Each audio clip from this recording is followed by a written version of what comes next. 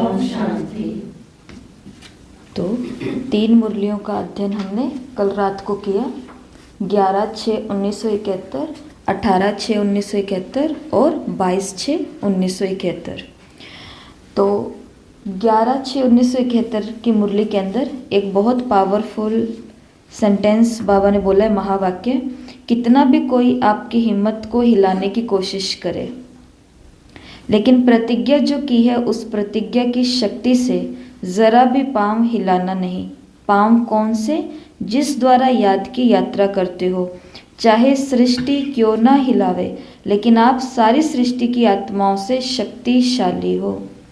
एक तरफ सारी सृष्टि हो, दूसरी तरफ आप एक भी हो। एक तरफ सारी सृष्टि हो, दूसरी तरफ आप एक भी हो, तो भी आपकी शक्ति श्रेष्ठ है, क्योंकि सर्वशक्तिमान बाप आपके साथी हैं। 11/6/1971। तो कितना पावरफुल महावाक्य है कि सारा संसार एक तरफ हो और तुम अकेले भी हो तो भी तुम्हें कोई भी हिला नहीं सकता, क्योंकि सर्वशक्तिवान बाप आपके साथ हैं। और कौन सा पांव बाबा ने कहा किससे नहीं हिलना है? तो प्रतिज्ञा की शक्ति। जो भी हमने प्रतिज्ञाएं की है, जो भी हमने वचन किए हैं, वायदे किए हैं, या अपने आप को पक्का कराया कि मुझे ये करना ही है, तो जो हमने ठान लिया है मुझे ये करना है, तो कोई कितना भी सारा का सारा संसार चाहे कोशिश कर ले प्रतिज्ञा से हिलाने की, लेकिन आपको कोई भी हिला न सके, पांव भी ना हिला सके। और पांव कौन सा? जिसके द्वारा याद की यात्रा करते हो। किसके द्वारा करते हैं याद की यात्रा? बुद्धि के द्वारा। बुद्धि को कोई जरा भी संकल्प, माया कहाँ से आती है? माया संकल्पों का रूप लेकर के आती है ना। क्रोध भी बाद में आएगा, लोभ भी बाद में आएगा, काम भी बाद में प्रैक्टिकल में होगा, अहंकार भी बाद में है, सब चीज़ें, मोह और ये सब चीज़ें बाद में है, लेकिन पहले इन सभी चीज़ों का अंश कहाँ पर पैदा होता है? संकल्पों में। तो माया पहले किसको हिलाती है? बुद्धि को हिलाती है। फिर बाद में हमारी प्रतिज्ञाएं जो हमने की होती हैं वो भी हिल जाती है। इसलिए बाबा ने कहा पांव को मजबूत रखना है। कोई पांव भी ना हिला पाए, लेकिन वो तो नहीं हिला पाएगा, क्योंकि सर्वशक्तिवान बाप आपके साथी हैं। चाहे सारी सृष्टि एक तरफ हो जाए, दूसरी तरफ आप अकेले भी हों, तो भी आपकी शक्ति श्रेष्ठ है। तो भी ज़्यादा शक्तिशाली कौन है? जब किसी ऊंचे स्थान पर जाना होता है, ज़्यादा ऊंचा नहीं है पर थोड़ा सा ही ऊंचा है, तो थोड़ा सा पावरफुल तरीके से गाड़ी को चलाएंगे तो वो पहुंच जाएगी। स्पीड को थोड़ा तेज कर लेंगे तो वो पहुंच जाएगी। लेकिन जब चढ़ाई बहुत ऊंची है तो वहाँ पर क्या? डबल इंजन लगाना पड़ता है, डबल मोटर लगानी पड़ती है। ऐसे ही एक तो हम भी सर्वशक्तिवान हैं, मास्टर सर्वशक्तिवान है, ऊपर से हमारा साथी कौन है? सर्वशक्तिवान है। तो सारा संसार एक तरफ और तुम बच्चे, तो भी शक्ति किसकी श्रेष्ठ है? तो भी शक्ति बाबा ने कहा तुम्हारी श्रेष्ठ है, तो भी शक्ति तुम्हारी श्रेष्ठ है। लेकिन किसी भी प्रतिज्ञा को, अब ये तो बाबा ने बोल दिया कि प्रतिज्ञा तुम्हारी ऐसी होनी चाहिए कोई हिला ना सके, लेकिन किसी, ये तो थ्योरी हो गया जो हमने सुना है, लेकिन प्रैक्टिकल के अंदर 2 चीज़ें चाहिए होती हैं प्रतिज्ञा जिससे ना हिले। तो 2 कौन सी चीज़ें चाहिए होती हैं? जैसे सेवा के लिए उमंग और उत्साह चाहिए होता है, उमंग उत्साह होगा तो सेवा हो जाएगी। ऐसे ही प्रतिज्ञा को पूरी करने के लिए 2 साधन चाहिए। कौन कौन से? एक तो है ब्रह्मचर्य। संसार की बहुत सारी चीज़ें हैं, चाहे वो साइंस है, चाहे वो लौकिक ज्ञान है, लौकिक पढ़ाई है, लौकिक नौकरी है, लौकिक कुछ भी है, तो वहाँ पर अचीवमेंट प्राप्त होती है, सफलता मिलती है। कोई भी उसके संकल्प को हिला नहीं सकता जिसको जो करना है। वहाँ पर अगर ब्रह्मचर्य की धारणा ना भी हो तो भी वो सफल हो जाते हैं, ऐसा देखा गया है और ऐसा होता भी है संसार में। कोई बहुत ही ज़्यादा विकारी व्यक्ति है, लेकिन वो सफलता की सीढ़ियों की एकदम चोटी पर चढ़ा हुआ, एकदम ऊंचाई पर है, तो ऐसा हो सकता है। उस ज्ञान के साथ ब्रह्मचर्य ना भी हो तो चलेगा, परंतु आध्यात्मिक कार्य करने होते हैं, आध्यात्मिक मार्ग पर चलना होता है, या जो हमने अपने जीवन की आध्यात्मिक प्रतिज्ञाएं की है, उन प्रतिज्ञाओं को पूरा करने के लिए सबसे पहले क्या चाहिए? पवित्रता चाहिए, ब्रह्मचर्य की शक्ति चाहिए। ब्रह्मचर्य के शास्त्रों में 8 बातें दिखाई है कि 8 प्रकार से ब्रह्मचर्य नहीं टूटना चाहिए, जिसके लिए लास्ट बिल्कुल है जो बाबा मुरली में भी बोलते हैं कि स्वप्न मात्र भी पवित्रता का खंडन नहीं होना चाहिए, मतलब कि लीकेज नहीं होना चाहिए हमारी प्योरिटी का, उस शक्ति का। तो जैसे कि दयानंद सरस्वती जी का नाम सभी ने सुना हुआ है, तो उनके लिए क्या बोलते हैं कि वो भी बहुत बड़े ब्रह्मचारी थे। तो उनके लिए बोलते हैं कि एक बारी नगर का राजा गुजर रहा था अपनी रथ के ऊपर, तो दयानंद सरस्वती जी का नाम था, तो प्रसिद्ध थोड़ा, तो उन्होंने, राजा ने उनको देखा और अपना रथ को रुकवाया। रथ को रुकवा करके उनकी इंसल्ट करने लगे दयानंद सरस्वती जी की कि तुम करते क्या हो, इतने हष्ट पुष्ट तुम हो तो तुम क्या करते हो। तो वो कहते हैं मैं तो कुछ भी नहीं करता। दयानंद सरस्वती जी कहते हैं मैं तो कुछ भी नहीं करता, सिर्फ मैं ब्रह्मचर्य का पालन करता हूँ, अखंड ब्रह्मचर्य का मैं पालन करता हूँ। तो कहते बस यही करते हो और तो तुम कुछ नहीं करते हो ना। वो कहते हैं नहीं, और मैं कुछ नहीं करता। वो कहते हैं और मैं कुछ भी नहीं करता। ठीक है, ऐसा और भी बहुत सारी बातों की पूरी कहानी नहीं पता, पर इतना ही है कि वो इंसल्ट बहुत फील उनको करवाता है और फिर वो अपने रथ पर बैठता है।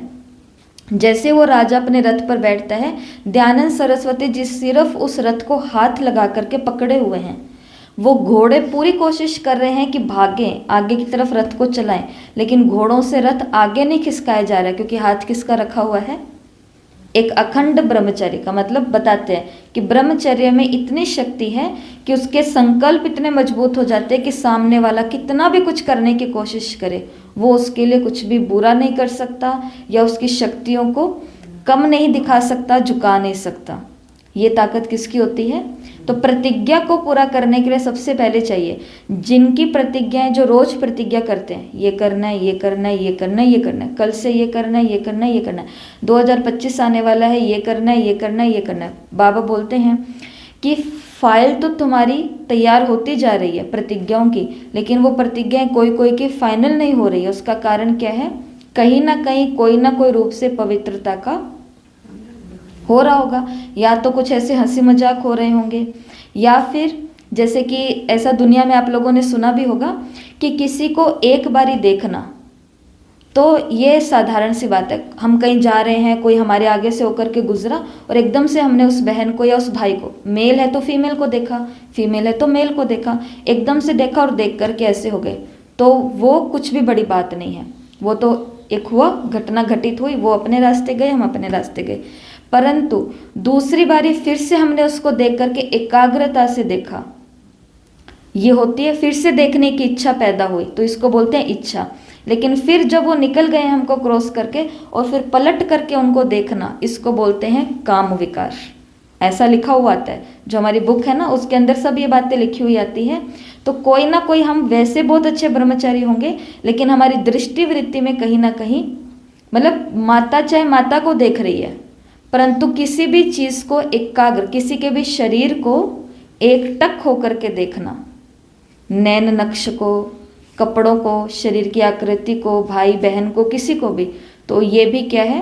तो दयानंद सरस्वती जी का ऐसा ब्रह्मचर्य था, या जो लोग होकर के गए हैं, जिनकी तो प्रतिज्ञा में प्रतिज्ञाएं पूरी क्यों नहीं होती है, तो ध्यान हमको कहाँ रख देना पड़ेगा, थोड़ा सा अपनी पवित्रता की धारणा पर। या फिर हम कुछ ऐसे वीडियोस देख रहे हैं परिवार वालों के साथ बैठ करके, या फिर अपनी सखी सहेलियों के साथ कुछ ऐसी बातें कर रहे हैं, या फिर कुछ ना कुछ, जो यूथ हैं उनके लिए तो बहुत सारी बातें हैं। तो पहला तो क्या चाहिए किसी भी प्रतिज्ञा को पूरा करने के लिए? ब्रह्मचर्य की शक्ति, पवित्रता चाहिए। और दूसरा क्या चाहिए? हाँ जी, दृढ़ता और लक्ष्य और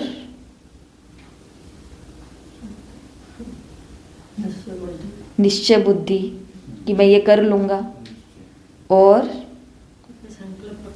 संकल्प पक्के, दृढ़ता, निश्चय, यह बात आ गई है। और प्रैक्टिकल में, जैसे प्रैक्टिकल में किसी भी प्रतिज्ञा को पूरा करने के लिए उस आत्मा का पवित्र होना बहुत ज़रूरी है, खास करके इस आध्यात्मिक मार्ग के अंदर। जो भी हम करना चाहते हैं, जो बाबा ने स्टेटमेंट दिया ना कि सारा संसार एक तरफ हो और तुम एक तरफ हो तो भी तुम्हारी शक्ति ज़्यादा है, ये किस आत्मा के साथ होगा? जो आत्मा का सबसे पहले तो ब्रह्मचर्य का बल बहुत बहुत बहुत, ब्रह्मचर्य भी दो प्रकार के होते हैं। एक होता है 25 वर्ष की उम्र से, पैदा हुए से लेकर के 25 साल तक। इसलिए पहले के ज़माने के अंदर गुरुकुल का सिस्टम होता था और माता पिता बच्चे को पैदा होते ही, थोड़ा समझदार होते ही गुरुकुल में भेज देते थे, ताकि वो संसार की बाल ब्रह्मचारी जिनको ब्रह्मचार्य आश्रम जो बोलते थे ना, तो जिनको क्या है, संसार दिखे ही नहीं, घरों में क्या होता है, महलों में क्या होता है, कैसे दुनिया के अंदर अच्छे बुरे लोग रहते हैं, उनको कुछ भी उस चीज़ का नहीं पता चलता था, विकारों का। तो ये तो होता है एक प्रकार का। दूसरा प्रकार का होता है जो 25 साल से लेकर के आजीवन तक ब्रह्मचर्य का पालन करते, जिनको बोलते हैं बाल ब्रह्मचारी, जो बच्चे से लेकर के मरते दम तक ब्रह्मचर्य का जिन्होंने पालन किया। तो ये भी दो प्रकार के होते हैं। तो पहला तो चाहिए पवित्रता और दूसरी चाहिए युक्ति। बिना युक्ति के कोई भी प्रतिज्ञा को पूरा नहीं कर सकते। एक कुमारी है जो ब्रह्मा कुमारी बनना चाहती है, या एक कुमार है जो ब्रह्मा कुमार बनना चाहता है, परंतु घर वाले बोलते हैं शादी करनी है, शादी करनी है, शादी करनी है, शादी करनी है। उसने प्रतिज्ञा क्या ले ली है? मुझे ब्रह्मा कुमारी बनना है। और घर वालों ने क्या प्रतिज्ञा ले ली है? शादी करनी है, करनी है, करनी है, करनी है। अब उसका ब्रह्मचर्य कितना भी पक्का है, लेकिन उसके खाली ब्रह्मचर्य से भी काम नहीं चलेगा प्रतिज्ञा को पूरी करने के लिए, क्योंकि वो तो जबरदस्ती भी करा देंगे, इमोशनल ब्लैकमेल करके। कोई भी माताएं होते हैं ना, तो उनसे पूछो तो वो कहती है मैं तो शादी करना ही नहीं चाहती थी, हमारे पापा ने मुझे ब्लैकमेल किया। मतलब थोड़ा उदास हो गए, थोड़ा रोने लग गए, थोड़ा कहते हैं कि हमारे तो बाल सफ़ेद हो रहे हैं, ये हो रहा है, वो हो रहा है, कल को तुम्हारा क्या होगा, ऐसा सोच बोल बोल करके।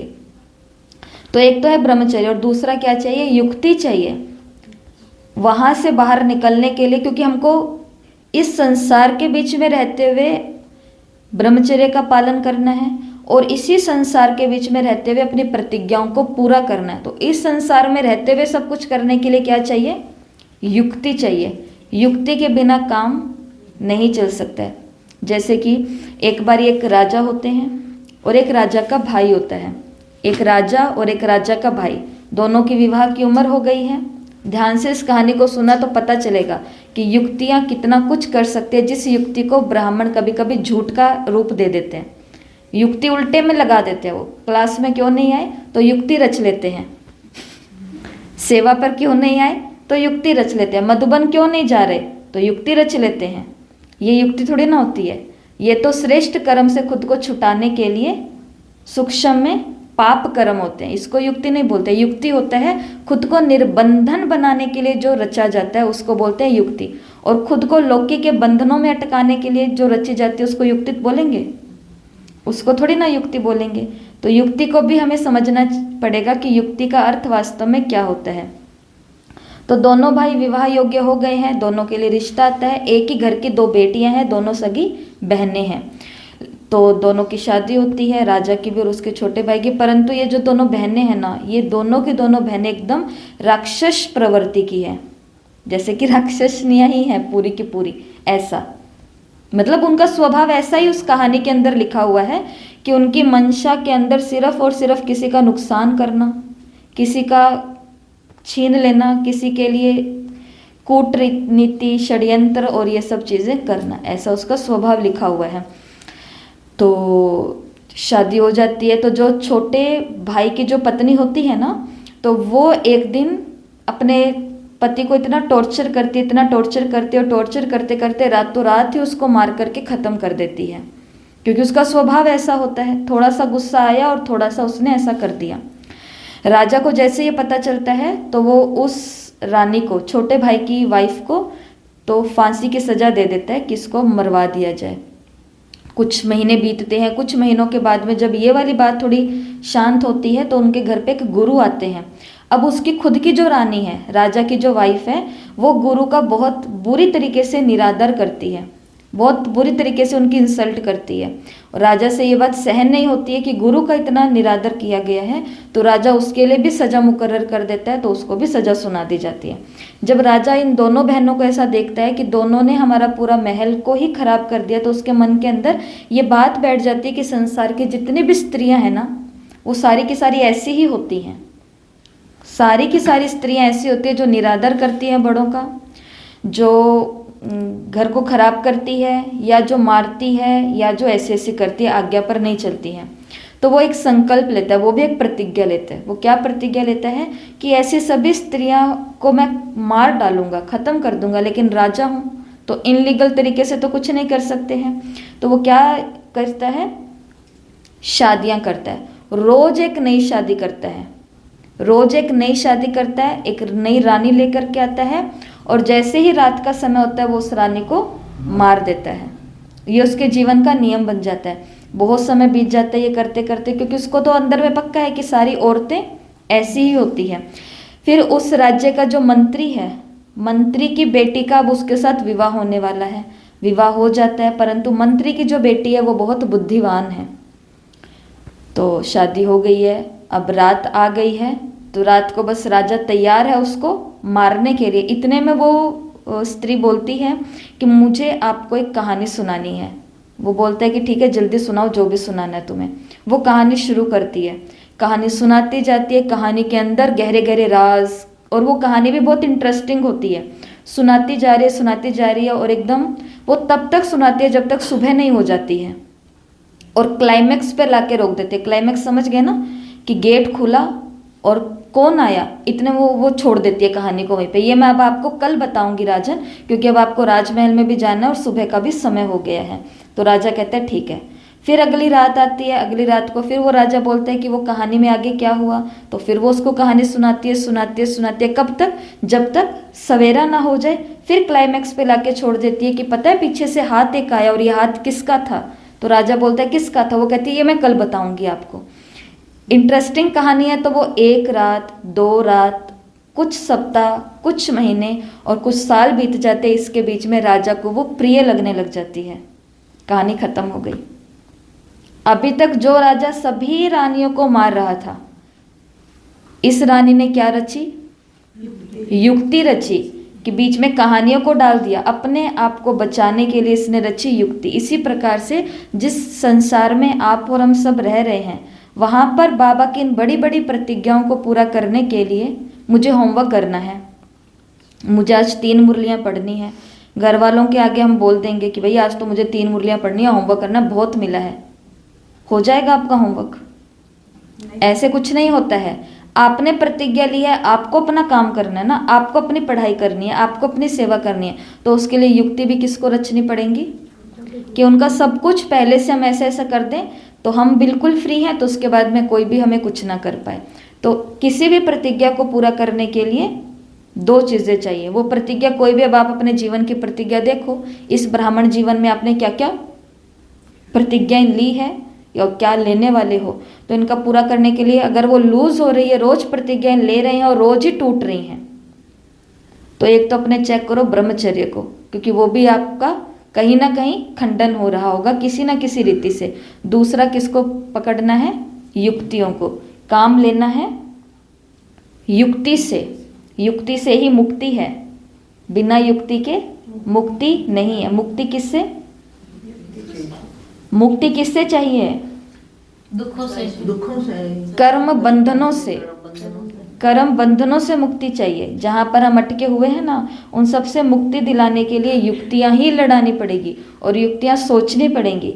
सीधा सा अगर किसी को जाकर के कुछ बोलेंगे, मम्मी मुझे शादी नहीं करनी, मुझे तो ब्रह्मा कुमारी बनना है, ऐसी कोई संसार में माँ ही नहीं पैदा हुई होगी जो एक बारी में जाते ही उसको ब्रह्मा कुमार या ब्रह्मा कुमारी बना दे। उसको युक्तियाँ रचनी पड़ती है। पहले उनको अपने जीवन से दिखाना पड़ेगा, कुछ ना कुछ कहना पड़ेगा, मेरी 1 साल और पढ़ाई है, 2 साल और पढ़ाई है, मेरे को ये भी करना है, ये भी करना है, ये भी करना है। जब वो हमको देखेंगे तो देखते देखते उनके अंदर संकल्प आ जाएगा कि हाँ इसको ये बनना है और हम इसको ये बनाएंगे। तो ये सब पे लागू होता है।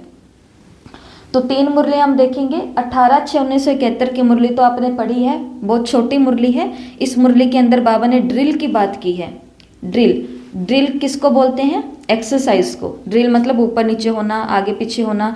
या फिर आपने फोर्ट्स के अंदर देखा होगा 15 अगस्त या 26 जनवरी को भी होता है कि वो उनको बोलते हैं दायां पैर आगे कर, बायां पैर पीछे कर, अभी मुड़, अभी ये कर। तो इसको बोलते हैं ड्रिल। ये होती है ड्रिल। तो ड्रिल 3 प्रकार की होती है। एक होती है शरीर की ड्रिल, जिसको व्यायाम, प्राणायाम, योगा, एक्सरसाइज, जॉगिंग करना, या फिर वॉक करना, जिम्नास्टिक करना, या जितने भी दुनिया के अंदर चल रहे हैं शरीर से जुड़े हुए, इसको बोलते हैं शरीर की ड्रिल, बॉडी की ड्रिल। एक होती है माइंड की ड्रिल, माइंड ब्रेन की ड्रिल, जिसमें हमने ब्रेन एक्सरसाइज किया ना, ब्रेन जिम बोलते हैं, ब्रेन एक्सरसाइज बोलते हैं, ब्रेन ट्रेजर बोलते हैं, ट्रेजर का मतलब खजाने, ऐसा बोलते हैं कि अपने दिमाग को भी, जैसे अब कल रात को बहुत मैंने देखा कि कितना, ये भी एक अचंभे की बात है कि 15 मिनट के अंदर ही माताओं ने डन लिख करके भेज दिया।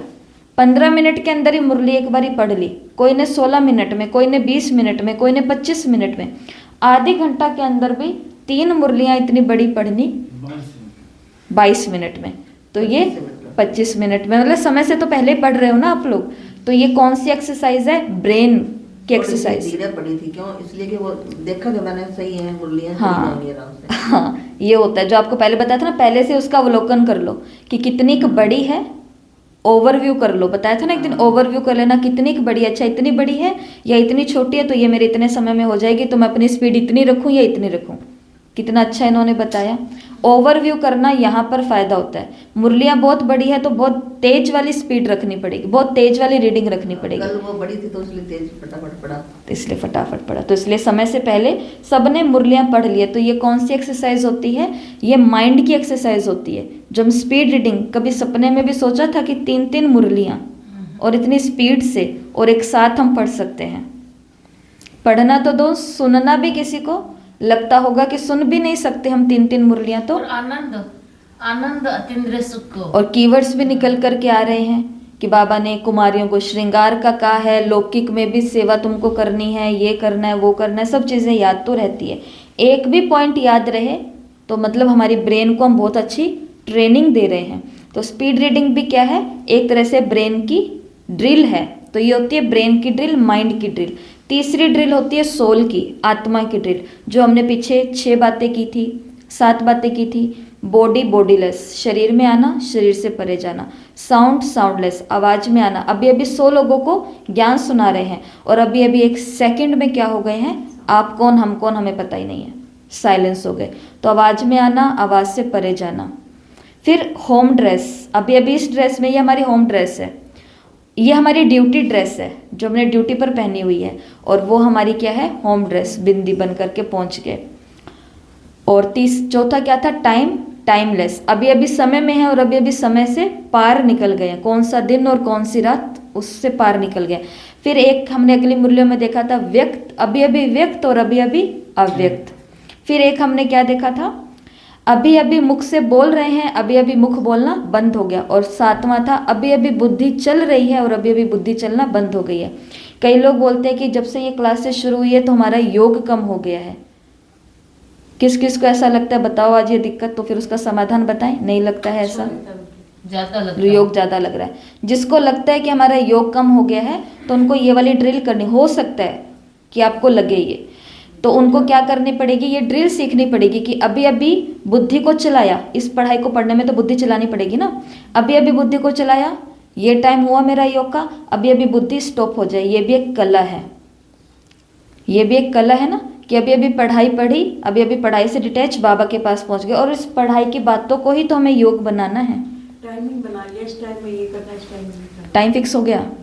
हाँ जी, टाइम ही फिक्स रखो कि योग का ये टाइम है, पढ़ाई का ये टाइम है। या कभी कभी ऊपर नीचे हो सकता है, हम कहीं आ रहे हैं, जा रहे हैं, कोई हमारे घर रिश्तेदार आ रहे हैं, वो अलग बात होती है, परंतु फिर भी तो योग अगर जिनको लगता है कम हुआ है, तो उनको क्या अभ्यास करना चाहिए कि अभी अभी बुद्धि चल रही है, अभी अभी बुद्धि चलना बंद हो गई है, ये भी करना जरूरी है।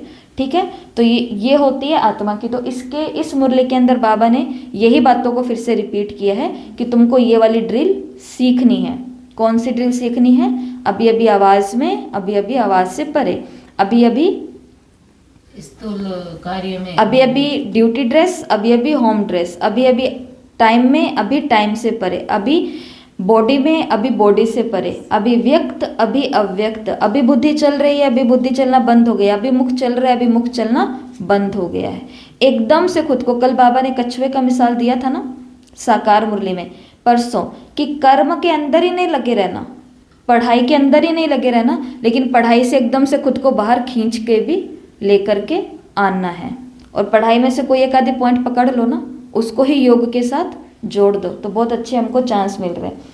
ऐसे ये वाली मुरली पर हम होमवर्क लेंगे, परंतु हम चिंतन करेंगे आज 11/6/1971 की मुरली का। तो मुरली कुमारियों के लिए है, तो इसके अंदर कुछ मुख्य मुख्य पॉइंट्स हम देख लेंगे, लेकिन इसको किस मेथड से करेंगे, बहुत ही इजी मेथड है, कुछ है ही नहीं इसके अंदर, बस ये लिखना ज़रूरी था, 2 कॉलम मेथड।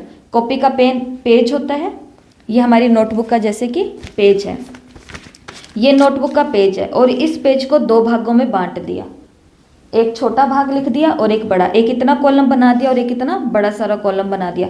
इधर वाले कॉलम में क्या लिखने होते हैं, सिर्फ कीवर्ड्स लिखने हैं, जैसे पहले अपने प्रश्न लिखे थे एक बारी जिन्होंने बनाया था, तो यहाँ पर सिर्फ क्या लिखने हैं, कीवर्ड्स लिखने हैं। जो भी हम मुरली पढ़ेंगे तो आपको क्लियर हो जाएगा। कीवर्ड लिखा, जैसे कीवर्ड में बाबा ने इस मुरली में बोला है कि तुम्हें सच्चे रूहानी सेवाधारी बनना है, कुमारियों को बाबा ने बोला सच्चा रूहानी सेवाधारी, तो यहाँ पर कीवर्ड निकल करके आया सच्चा रूहानी सेवाधारी। अब इसके बारे में डिटेल लिख दो 1 या 2 लाइन के अंदर कि सच्चा रूहानी सेवाधारी किसको कहेंगे, जो ऐसा होगा ऐसा होगा ऐसा होगा, जो मुरली में कहा है। फिर यहाँ पर बाबा ने मुरली में आगे लाइट हाउस और माइट हाउस के बारे में बोला है, तो लाइट हाउस माइट हाउस यहाँ पर लिख दो, और यहाँ पर फिर उसके बारे में बाबा ने क्या बोला है वो लिखना। इजी है। लाइट ज्ञान की पॉइंट और माइट योग, लाइट के बारे में बोला बाबा ने ज्ञान, और माइट के बारे में बोला बाबा ने योग की पावर। तो लाइट और माइट यहाँ पर लिखने होते कीवर्ड्स। ये हम कर क्यों रहे हैं, पहले तो सबको ये भी तो पता होना चाहिए कि ये सारा तामझाम कर सीख किस के लिए रहे हैं हम, बताओ अंजलि बहन, आप बताओ किस लिए सीख रहे हैं हम? आपको पता है तभी आपसे पूछा, बताओ किस लिए सीख रहे हैं? क्योंकि हमारी बुद्धि खुले। हाँ, इसलिए सीख रहे हैं ना, ताकि मुरली को जब ये, अब देखो ये मेरा पेज है, कुछ समझ में आ रहा है आपको? क्या समझ में आ रहा है? कुछ भी समझ में तो नहीं आ रहा है इसके अंदर। हाँ, तो इसी में तो, इसमें कुछ भी समझ में आ रहा है, सब ऐसा कीड़े मकोड़े से एकदम अंदर अंदर घुसा करके लिखे हुए हैं, कुछ नहीं समझ में आ रहा है। तो वैसे रफ नोटबुक पर फिर भी आपको डेमो तो दे ही सकती हूँ अगर मिलता है तो।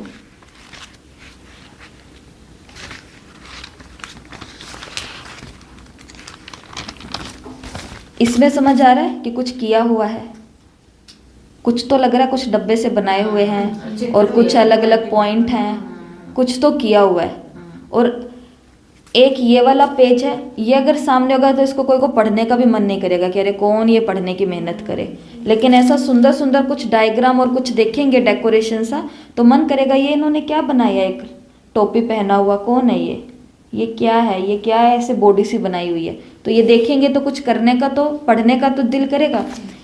ये बात आज सबको क्लियर हो जानी चाहिए कि ये सब चीज़ें हम क्यों सीख रहे हैं, अलग अलग प्रकार की मेथड हम क्यों सीख रहे हैं। इसको बोलते हैं नोट टेकिंग के लिए। नोट टेकिंग का मतलब है ताकि हमारी जो नोट्स तैयार हो वो ऐसे हो कि हमारा खुद का भी उसको पढ़ने का दिल करे, हमारा खुद का भी उसको पढ़ने का दिल करे, और वो सेटिंग किए हुए हो। ऐसे नहीं कि रूहानी सेवाधारी इधर लिखा हुआ है और उसकी डिटेल कहीं पर दूर जा कर के नीचे लिखी हुई है। ये सिर्फ हम इसलिए कर रहे हैं ताकि सिस्टमेटिक तरीके से रूहानी सेवाधारी, कभी भी मन किया रूहानी सेवाधारी और इसके आगे सारी डिटेल आ गई। लाइट माइट किसको बोलते हैं, सारी डिटेल आ गई है। अगर ये हम सिर्फ सीख रहे हैं और कर नहीं रहे हैं तो इसका कोई भी फायदा, कोई फायदा नहीं है इन सब चीज़ों का जब तक इसको किया ना जाए। इसके लिए आपको जो होमवर्क दिया जाता है समय निकाल करके बहुत प्यार से उसको करने की मेहनत करो, क्योंकि नोट्स ही लास्ट में काम आएंगे।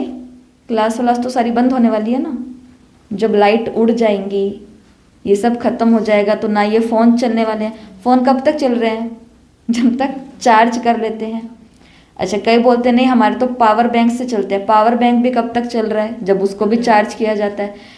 फिर सुनोगे चलेगा फ़ोन परंतु क्लास हम कैसे सुनेंगे, लाइट नहीं होगी, इंटरनेट नहीं होगा, जिनका वाईफाई से चल रहा है कुछ भी नहीं होगा। आने जाने, बाबा ने कहा खिड़कियाँ खोल भी नहीं सकेंगे, ऐसा विकराल समय आ जाएगा, खिड़कियाँ भी नहीं खोल सकेंगे।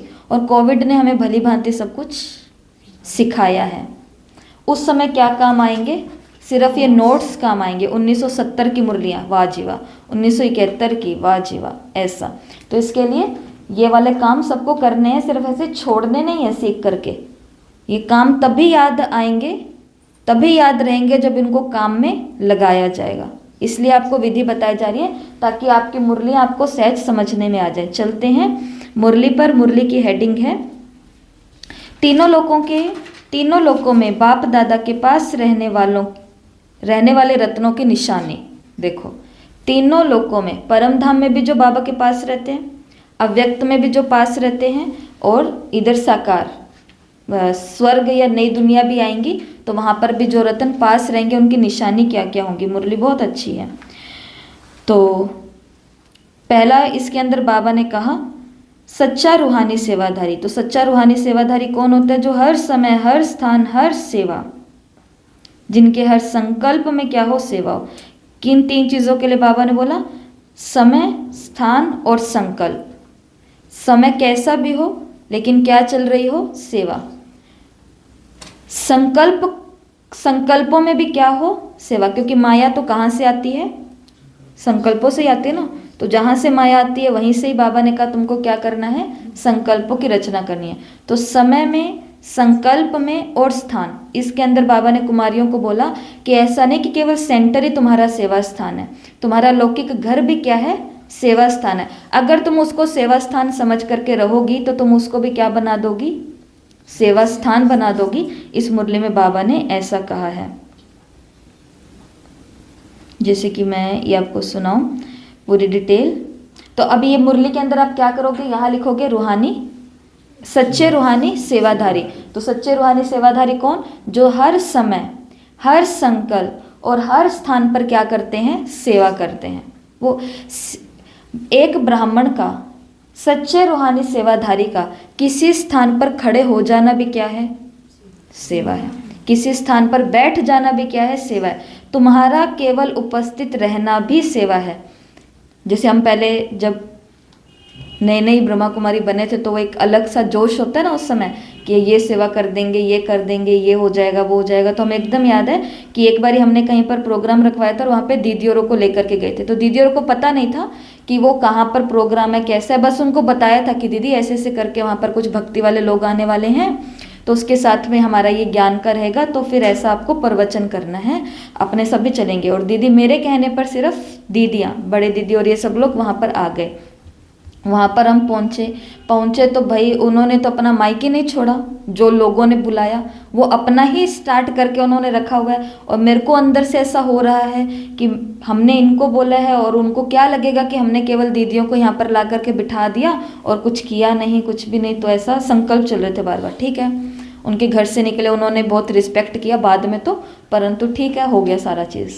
फिर वहाँ से निकलते समय तो ये जो बाबा के महावाक्य हैं, उस समय ऐसा दीदी ने बोला कि मैंने कहा कि दीदी कोई सेवा ही नहीं हुई, सेवा ही नहीं हुई, सेवा ही नहीं। मैं लगातार इस चीज़ का अफसोस कर रही थी कि सेवा ही नहीं हुई। तो उन्होंने आगे से बोला कि ये जो सफ़ेद साड़ी हमने पहनी हुई है, इस सफ़ेद साड़ी के साथ खुशबू किसी कुर्सी पर बैठ जाना भी सेवा है, किसी कोने में। क्योंकि हम यूनिफॉर्म, जैसे एक आर्मी ऑफिसर होता है, पुलिस ऑफिसर होता है, वो वहाँ पे बंदूक लेकर के नहीं खड़ा है, परंतु किसी कोने में सिर्फ बैठा है। उसको चीफ गेस्ट भी नहीं बनाया, परंतु वो सिर्फ बैठा है। परंतु लोगों की नज़र कहाँ जाएंगी? आर्मी ऑफिसर, आर्मी वाले हैं ये तो, पुलिस वाले हैं ये तो, पुलिस वाले। तो बस यही बात है। तो स्थान कोई भी हो, समय कोई भी हो, ऐसा नहीं मेरा खाने का समय हो गया अभी सेवा नहीं, मेरा सोने का समय हो गया अभी सेवा नहीं, कोई भी समय होगा। और संकल्प, हर संकल्प में भी क्या हो? सेवा। तो वो कौन है? रूहानी सच्चे सेवाधारी। पहली बात। आगे बाबा ने मुरली में बोला कि तुमको क्या बनी हो तुम? लाइट हाउस और माइट हाउस बनी हो या भी बनना है। तो लाइट हाउस और माइट हाउस का मतलब बताया बाबा ने। ज्ञान स्वरूप ये है लाइट हाउस और योग युक्त अवस्था ये है माइट हाउस। तो लाइट हाउस और माइट हाउस। लाइट हाउस का मतलब ज्ञान स्वरूप, जब हम ज्ञान सुना रहे हैं तो उस समय क्या हो? लाइट हाउस हो। और जब हम योग कर रहे हैं, करा रहे हैं, तो उस समय क्या हो? Might house. तो सभी ज्ञानी तू आत्मा, योगी तू आत्मा बन करके जा रही हो ना, कि अभी भी कुछ रह गया है, ऐसा बाबा ने बोला। तो पहला रूहानी सच्चे सेवाधारी, फर्स्ट पॉइंट। दूसरा पॉइंट लाइट हाउस और माइट हाउस। तीसरा बाबा ने कहा कि कुमारियों को वैसे भी जब वो कुमारी उम्र में होती हैं तो उस समय इस अवस्था में उनको श्रृंगार पसंद आता है। कुमारियों को श्रृंगार पसंद आता है, एकदम ऐसा टिप टॉप रहना पसंद आता है। तो बाबा ने कहा कि तुम भी मधुबन से जा रही हो अपने लौकिक में या घर पे या सेंटर पे, तो श्रृंगार तो मधुबन से पूरी तरह से किया है। वैसे भी कुमारी अवस्था में स्वच्छता और ठीक रीति से सजाने का थोड़ा रहता ही है। तो यहाँ भट्टी से भी पूरी तरह से ज्ञान गुणों से श्रृंगार से सजाया है खुद को। सजकर जा रही हो या वहाँ जाकर अभी कुछ और करना है, पूरे अस्त्र शस्त्र तैयार होकर के युद्ध के मैदान में जा रही हो ना, अस्त्र शस्त्रधारी होंगे तो सदैव विजय होगी। तो दो बातें यहाँ पर बाबा ने की, एक तो श्रृंगार और दूसरा अस्त्र और शस्त्र। तो कुमारियों का श्रृंगार क्या है? पहला दिव्य ज्ञान के गुण और दूसरा अस्त्र और शस्त्र। तो बाबा ने कहा यहीं से ही तैयार होकर के जाना, क्योंकि कहाँ जा रही हो? युद्ध के मैदान में जा रही हो।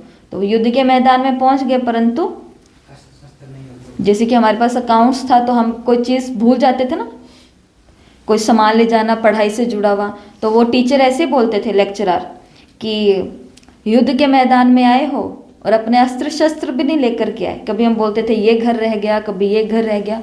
तो वही बात है, हम सभी कहाँ हैं? युद्ध के मैदान में है। तो कुमारियों को बाबा ने बोला, तो तीन बातें कौन से सुनी अभी तक? सच्चे रूहानी, सच्चे सेवाधारी, लाइट हाउस, माइट हाउस, श्रृंगार। श्रृंगार किसका? ज्ञान के गुणों का। और साथ में युद्ध के मैदान में जा रही हो तो साथ में क्या होने चाहिए? अस्त्र और शस्त्र होने चाहिए। तभी क्या होगी? विजय होगी। विजय तभी होगी, बिना अस्त्र शस्त्र के विजय होगी?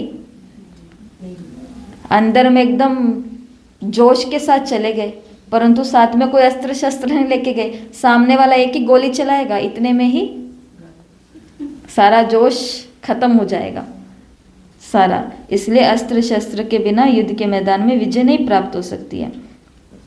फिर आगे मुरली में वही महावाक्य जो हम सबने बोला सुना कि कितना भी कोई आपको हिलाने की कोशिश करे, लेकिन प्रतिज्ञा जो की उस प्रतिज्ञा की शक्ति में जरा भी पांव हिलना नहीं चाहिए।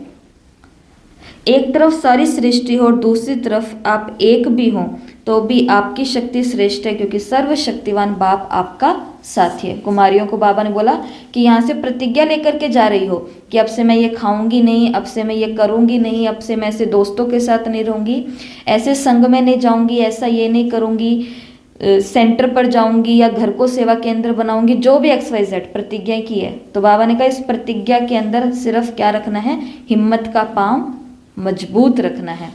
सारा संसार एक तरफ और आप एक तरफ, ठीक है। तो यहाँ पर एक पॉइंट निकल कर के आएगा, हिम्मत या प्रतिज्ञा। प्रतिज्ञा, तो प्रतिज्ञा कौन सी? तो वो यहाँ पर हम लिखेंगे उसकी डिटेल कि प्रतिज्ञा ये वाली कि सारा संसार एक तरफ भी हो जाए, लेकिन मेरे को मेरी प्रतिज्ञा से कोई भी हिला नहीं सकता है।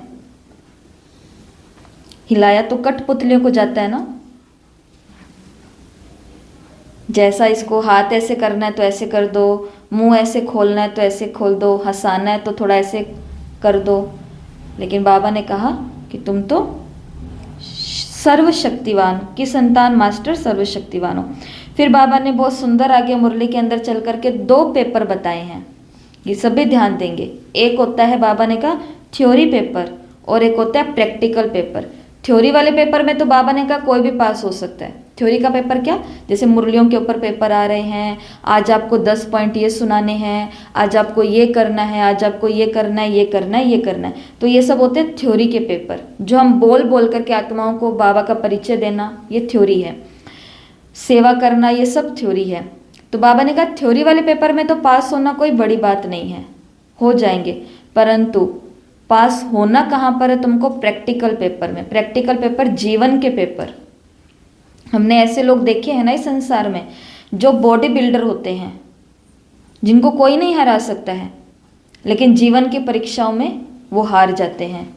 कोई बहुत पढ़े लिखे होते हैं, कोई बहुत बड़े ऑफिसर होते हैं, उनको कोई नहीं मात दे सकता है, लेकिन जीवन की परीक्षाओं में हार जाते हैं। जैसे राजा राम का बताते हैं कहानियों के हिसाब से कि उनको कोई भी नहीं हरा सका, लेकिन उनकी खुद की संतान के आगे वो क्या हो गए? हार से गए, झुक से गए, ऐसा दिखाते हैं। तो ऐसा एक सॉफ्ट कॉर्नर कहीं ना कहीं कोई ना कोई बना करके रखता है, परंतु बाबा ने कहा पास तुमको कहाँ होना है, जीवन के जीवन के, जिसको बोलते हैं प्रैक्टिकल पेपर, बाबा ने नाम लिया। तो यहाँ पर लिखना थ्योरी पेपर और प्रैक्टिकल पेपर। तो इसके अंदर क्या कहा बाबा ने, किसी को सप्ताह का कोर्स कराना, किसी को म्यूजियम समझाना, प्रदर्शनी समझाना, तो ये सब थ्योरी पेपर है। ये भाषण करना, मुरली बताना, ये समझाना, ये सारी चीज़ें जो भी हम कर रहे हैं, आपको बता रहे हैं, ये वीडियो जाना, ये होना वो होना, ये सब क्या है, ये थ्योरी है। इसके अंदर कोई कितना भी होशियार बन जाए, मुझे सब कुछ याद है बिना देखे, ये होशियारी मेरे जीवन में कोई काम नहीं आने वाली है। जब जीवन की परीक्षाएं आएंगी तब ये थोड़ी ना याद आएगा 2 कॉलम मेथड कौन सा था, उस समय ये चीज़ें काम में लानी नहीं है। उस समय इन चीज़ों को कितना ईमानदारी से हमने किया, इसमें कितनी शक्ति फूंकी है, कितनी आत्माओं से, जैसे बाबा ने आज की साकार मुरली में बोला है कि तुम्हें टीचर बन करके सबको बाप का परिचय देना है, सब पर दया करनी है, सब पर उपकार करना है, तो उनकी क्या मिलेगी, आशीर्वाद मिलेगी। लेकिन पहले थ्योरी से निकलना पड़ता है, ईमानदारी से, सच्चाई से, तो वहाँ से आशीर्वाद मिलती है। और जीवन की परीक्षाओं में क्या काम आती है, वो आशीर्वाद काम आती है, वो दुआएं काम आती है, वो शक्तियाँ काम आती है। तो इसके लिए दूसरा होता है प्रैक्टिकल पेपर। जो पास होते हैं प्रैक्टिकल पेपर में वही पास विद ऑनर बनते हैं। इस पढ़ाई में तो फेल हो गए तो चलेगा, पेपर में फेल हो गए तो चलेगा, परंतु जीवन की परीक्षाओं में फेल हो गए, बाबा से निश्चय टूट गया, बाबा से प्यार कम हो गया, बाबा तो मेरी सुनता नहीं, बाबा तो मेरा ये करता नहीं, भगत बन गए फिर से, तो फिर फेल हो गए, पास विद ऑनर नहीं बन सकते हैं। तो ये हो गया है थ्योरी का पेपर और प्रैक्टिकल पेपर। फिर आगे बाबा ने 5 प्रकार के संग दोष बताए, 5 प्रकार के संग दोष। कुमारियों को इन 5 ही प्रकार के संग दोषों से बच करके रहना है। देखो इस मुरली के अंदर तो बाबा ने ना संग दोष आगे पीछे कर दिए। जैसे बाबा ने बोला संकल्प, संबंध, वाणी, अन्न, आकर्षण, ये अलग अलग बाबा ने कर दिए, परंतु इनको इजी करने के लिए जो हमको पहले से आते हैं हम वो भी डाल सकते हैं। जैसे संबंध, संपर्क, जिसमें संबंध आ गए हैं, वाणी, कर्म, ये सब चीज़ें आ गई, और लास्ट में अन्न, मतलब कि जो भी, ऐसा नहीं है कि बाबा ने 1 से लेकर के 5 तक जो बोला है लाइन से वो ही याद करना है। कभी कभी वो चीज़ लाइन से नहीं, जैसे हमको क्या याद है, मनसा वाचा कर्मणा, ये सबको याद है ना। मुरली के अंदर किसी दिन आ जाए वाचा, कर्मणा और मनसा, बात एक ही है, परंतु हमको कौन सा सहज याद हो जाएगा, मनसा वाचा कर्मणा। ऐसे 5 संगदोष की बात बाबा ने की है। संकल्प, संकल्पों का संगदोष होता है, संकल्प भी व्यर्थ चल रहे हैं सारा दिन। संबंधों का, जिसमें बाबा ने कहा सिर्फ परिवार नहीं, परिवार के साथ साथ ये जो सहेली और इन सब लोगों का भी संबंध होता है, क्योंकि इनके प्रभाव में आकर के तो उनको खुश करने के लिए तो मर्यादाओं का उल्लंघन होता है। कोई कुमारी है, सहेलियां कह रही है आज मूवी देखने जाएंगे, पर बाबा ने उस कुमारी को पक्का कराया है भट्टी के अंदर कि तुमको बाइस्कोप नहीं देखना, क्योंकि तुम्हें तो ब्रह्मा कुमारी बनना है, परंतु सहेलियों को खुश करने के लिए वो भी क्या चली जाती है, सिनेमा को देखने के लिए।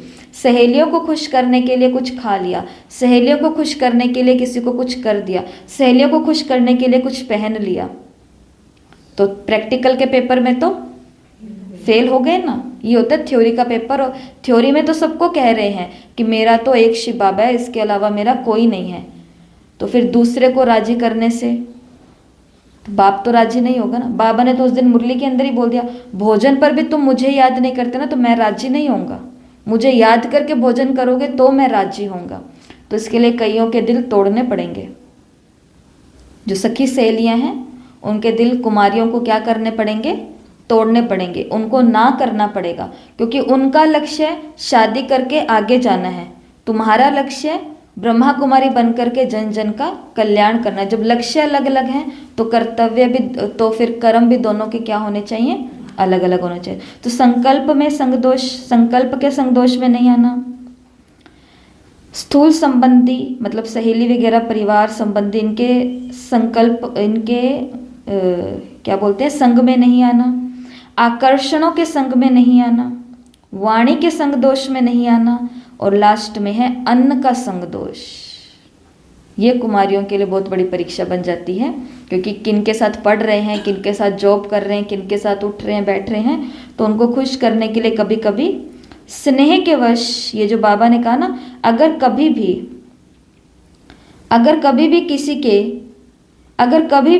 किसी के भी समस्या अनुसार या कोई संबंधी के स्नेह के वश में आकर के भी अन्न दोष में आ गई, तो ये अन्न भी अपने मन को संग के रंग में लगा देता है, रिश्तेदारों को खुश करने के चक्कर में, या फिर कोई समस्या के अनुसार कि इस मुसीबत में मुझे ये खाना ही पड़ेगा। तो ये अगली बात हो गई है। तो कौन कौन सी बातें अभी तक सुनी हमने? सच्चा रूहानी सेवाधारी, उसके बाद में लाइट माइट हाउस, उसके बाद में श्रृंगार। श्रृंगार कौन सा? ज्ञान के गुणों का। और अस्त्र और शस्त्र तो विजयी होंगे। और प्रतिज्ञा और थ्योरी पेपर और प्रैक्टिकल पेपर। बाबा ने कहा थ्योरी पेपर का तो चल जाएगा, परंतु प्रैक्टिकल पेपर में क्या होना पड़ेगा? पास होंगे तभी पास विद ऑनर बनेंगे। जो आज साकार मुरली में माला की बात कही है ना, ये माला उन्हीं की बनती है जो प्रैक्टिकल जीवन में पास हो जाते हैं। और लास्ट, और अभी क्या बोला? 5 प्रकार के संग दोष। ठीक है, संग दोष आ गए हैं, 5 प्रकार के संग दोष थे। फिर अगली बात है मुरली के अंदर, हंसों का स्वरूप क्या होता है? प्योरिटी को। और हंस क्या करता है? गुण और मोती को धारण करता है, गुण रूपी मोतियों को धारण करता है। तो आज की इस मुरली के अंदर है ना, बाबा ने बताया कि हंस क्या करते हैं, ये काम करते हैं। पर ये बाबा ने मुरली के अंत होते होते ये सारी बातें बताई है। तो अगर हंस बनना है, किसी को बनना है, सबको हंस, तो उनको ये 6 बंदरों से थोड़ा किनारा करना पड़ेगा। 6 बंदर कौन से हैं? बुरा ना देखना, बुरा ना सुनना, बुरा ना बोलना, बुरा ना सोचना। सबसे पावरफुल बंदर कौन सा है इसके अंदर? संकल्प सोचना। यहीं से सारा पैदाइश होती है। बुरा ना सोचना, बुरा ना करना, किसी और के प्रति बुरा करना नहीं, बुरा ना होना, किसी और के प्रति बुरा होना नहीं है, हम उसके लिए बुरे हो गए हैं तो ऐसा भी नहीं। तो बुरा ना देखना, ना सुनना, ना बोलना, ना सोचना, ना करना, ना होना। हंस बनना है बाबा ने कहा, तो इन चीज़ों से, ये कंकड़ है, इन कंकड़ों से क्या करना पड़ेगा? किनारे करना पड़ेगा। तो ये आगे मुरली में बोला कि ये क्या है? आज्ञा का चित्र है। ये हमें भगवान से क्या मिली है? बाप की आज्ञा है। और आज्ञा को क्या किया जाता है? आज्ञा को पालन किया ही जाता है। आपकी आज्ञा सर माथे, ऐसा बोलते हैं ना, सर माथे। तो ये मुरली में आज्ञा की है। फिर बाबा ने मुरली में लास्ट 2 बातें कही है। एक तो बाबा ने कहा है कि कोमलता को कमाल में परिवर्तन करो। कुमारियां है ना, तो बाबा ने कहा कोमलता नहीं चाहिए। कोमलता किस में चाहिए? अपने संस्कारों को मोल्ड करने में। लेकिन जब किसी आत्माओं के सामने हो तो वहां पर कौन सा स्वरूप चाहिए? शक्ति स्वरूप चाहिए। तो कोमलता को किस में परिवर्तन करना है? कमाल में। कोमलता दिखाना नहीं, सिर्फ संस्कारों को परिवर्तन करने में कोमल बनना है। कर्म में कोमल नहीं बनना है। कर्म में कोमल बना, मेरे से तो ये होता ही नहीं है, मेरे को तो ये आता ही नहीं है, मैं तो ये कर ही नहीं सकती हूँ, मुझे तो मेरे मम्मी ने सिखाया ही नहीं है। ये सब चीज़ें क्या होती है? कोमल से। या मैं ये सुन नहीं सकती, तो यहाँ पे तो सब कुछ सुनना पड़ेगा। जो तुम नहीं हो वो भी तुम्हें सुनना पड़ेगा। कलंक लगेंगे तभी तो कलंगीधर बनेंगे। तो सुनना भी सब पड़ेगा, देखना भी पड़ेगा, सब कुछ होना पड़ेगा। इसके लिए खुद को क्या बनाना है? कोमल तो बिल्कुल नहीं बनाना है, शक्ति स्वरूप का कवच सदैव धारण करके रखना है। कोमल को तीर बहुत जल्दी लग जाता है। जो कोमल होते हैं ना, उनको जल्दी से तीर लग जाता है। शरीर का कोई पार्ट जो हमारा नाजुक है, तो वहाँ पर चोट जब लगती है तो कितनी तेज लगती है। और हार्ड पार्ट है ये वाला, यहाँ पर कुछ लगेगा तो इतना नहीं नुकसान होगा, परंतु इस चमड़ी पर कुछ लग गया तो ये ऐसा छिल जाए तो नुकसान होगा। इसको कुछ हो जाए तो ठीक है, हम सेटिंग कर लेंगे इसके साथ में, ऐसा ही होता है। तो अगला लिखना कोमल और कमाल। कोमल संस्कारों को परिवर्तन करने में बनना है, परंतु जीवन में क्या करके दिखानी है? कमाल, शक्ति स्वरूप बनना है। और लास्ट में बाबा ने बोला कि अपने आप को ऑफर करना है। ऑफर करो तो आफरीन कही जाएगी। ऐसा नहीं कोई मेरे को कोई सेवा दे तो मैं कुछ करूं। हर चीज़ के पहले खुद को क्या करना पड़ता है? ऑफर करना पड़ता है। तो ऑफर करेंगे तो क्या मिलेंगी? आफरीन मिलेगी। इसके अंदर जो भी बाबा ने कहा वो आप लिखना। तो मुझे लगता है ऐसी 8 बातें तैयार हो गई हैं। पहली, सच्चा रूहानी सेवाधारी। दूसरा, लाइट माइट हाउस। तीसरा, श्रृंगार और अस्त्र शस्त्र। फिर प्रतिज्ञा। फिर थ्योरी और प्रैक्टिकल पेपर। फिर संग दोष 5 प्रकार के। फिर ये बुरा ना देखना ना करना, मतलब बाप की आज्ञा। और फिर कोमल और कमाल। तो बाप की आज्ञा और संगदोष तो एक में ही आ गए। हंस के पॉइंट के अंदर था ये। एक पॉइंट हंस का आपका छूटा है, तो हंस के पॉइंट के अंदर है बाप की आज्ञा। ठीक है। फिर उसके बाद में क्या पॉइंट आई है? कोमल और कमाल। तो कोमल नहीं बनना, क्या बनना है? शक्ति स्वरूप बनना है, कमाल करके दिखानी है। और लास्ट में क्या था? ऑफर करेंगे तो आफरीन मिलती जाएंगी। हाँ, तो फिर आज बस आपको यही काम करना है। कीवर्ड्स आपको निकाल के दे दिए हैं ना। इस मुरली को तो कुछ करने की भी आवश्यकता नहीं है, 11/6 की मुरली को, क्योंकि ये तो आपने यहीं पर ही तैयार कर ली होगी। इसको तो बस एक बार आपको देखना होगा। अगर डिटेल्स लिखनी बाकी रही है तो वो मुरली के अंदर से करना। अब यही वाला काम इस मुरली पर करना है। यही वाला काम इस मुरली पर करना है। मुरली को पढ़ेंगे, लेकिन कोई भी होमवर्क करने के लिए इसी विधि को आप यूज़ करना, वरना आपका होमवर्क कभी भी नहीं हो पाएगा। होमवर्क करने की सीधी कोशिश मत करना कि कीवर्ड्स निकाल लूँ और लिखती जाओ। पहले मुरली को पढ़ना एक बारी, फिर मुरली को टाइम निकाल के 5-5 मिनट में मुरली को पढ़ने की कोशिश करनी है। फिर इसके अंदर से कीवर्ड्स आपको दिखने लग जाएंगे। वो कीवर्ड्स को आप निशान लगा लो। अच्छा, फ़ोन में है तो फिर हल्का सा कहीं पे लिख लो। फिर केवल कीवर्ड्स को ही याद कर लो। फिर उसके बाद में यहाँ कीवर्ड्स लिखो। कीवर्ड्स लिखने के बाद में फिर मुरली के अंदर डिटेल में बाबा ने क्या कहा है वो यहाँ पर लिखो। ऐसा करोगे तो होमवर्क हो जाएगा। लेकिन सीधा होमवर्क करने के लिए जाओगे तो बहुत ज़्यादा टाइम लग जाएगा, और फिर रात होते होते तो लगेगा अब तो रात ही हो गई है, अब सो जाते हैं, कल से करेंगे। रोज की प्रतिज्ञा है, कल से करेंगे। परंतु ये मैं आज आपको कह देती हूँ फिर से, ये जितनी भी बातें आपको सिखाई जा रही है ये बेहद के अंदर सोच करके आपको बताई जा रही है, ताकि सुंदर सुंदर नोट्स तैयार हो जाएं। हमारा कुछ हम बिजी कर लें खुद को, कुछ नवीनता को सीखना शुरू करें। और जब तक ये चीज़ें सुनते रहेंगे, थ्योरी करते रहेंगे और प्रैक्टिकल नहीं करेंगे, ये चीज़ें कोई भी काम की नहीं है। और लास्ट में जो बातें यहाँ पर आपको बताई जा रही है यही पेपर में आएंगी, इनसे जुड़ी हुई जो यहाँ पर डिस्कस हो रही है, प्रश्न उत्तर वगैरह वगैरह, मुरली की बातें, ये बातें नहीं, मुरली की बातें। कल ये भेजा था सबने A to Z रिकॉर्ड करके ऑडियो, तो 2 जनों ने भेजा तो उन्होंने हाथ ऊपर कर लिया, कोई दिक्कत नहीं है।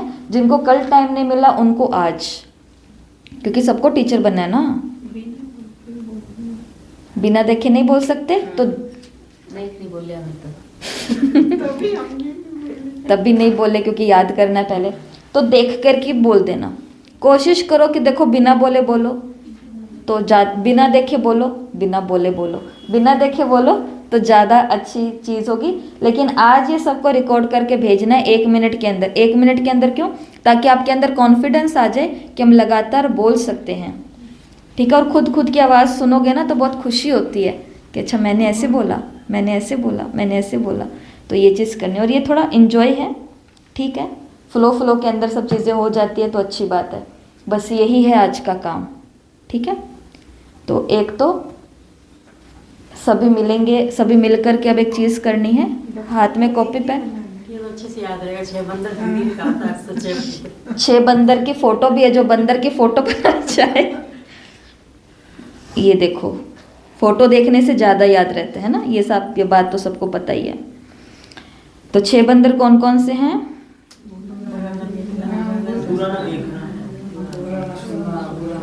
एक तो ये है 6 बंदर की फोटो। ठीक है। एक ये है 6 बंदर की फोटो। तो जो भी फोटो आपके पास आ जाएगी, किसी को बंदर बनाने की दिल हो इस होमवर्क को याद रखने के लिए, जैसे कल वो इन लोगों ने वो स्माइली बना करके भेजे हैं, तो ये भी एक अच्छी चीज़ होती है। तो बंदर बना के रख लोगे ना तो याद आएगा। 11/6/1971 के मुरली में बाबा ने कोई 6 बंदरों की बात तो कही थी, क्यों? क्योंकि बाबा ने हंस बनने के लिए कहा था, और हंस बनने के लिए इन 6 बंदरों से थोड़ा सा दूर रहना पड़ेगा, बच के रहना पड़ेगा। तो अभी हम क्या करेंगे, सभी अपना हाथ ऐसे रख लो जैसे कि योगी की मुद्रा होती है सुखासन के अंदर, वरना तो जो नीचे बैठते हैं वो नीचे बैठ के करते हैं, नहीं तो हम ऐसे करेंगे। आंखें सभी बंद करेंगे और जो हम बोलेंगे ना उसको केवल मन मन में बोलना है, मुख से नहीं बोलना है, केवल मन मन में बोलना है। बुरा ना देखना, बुरा ना सुनना, बुरा ना बोलना, बुरा ना सोचना, बुरा ना करना, बुरा ना होना। अब आप खुद से अपने मन में ये 6 बाबा की आज्ञा दोहराएं।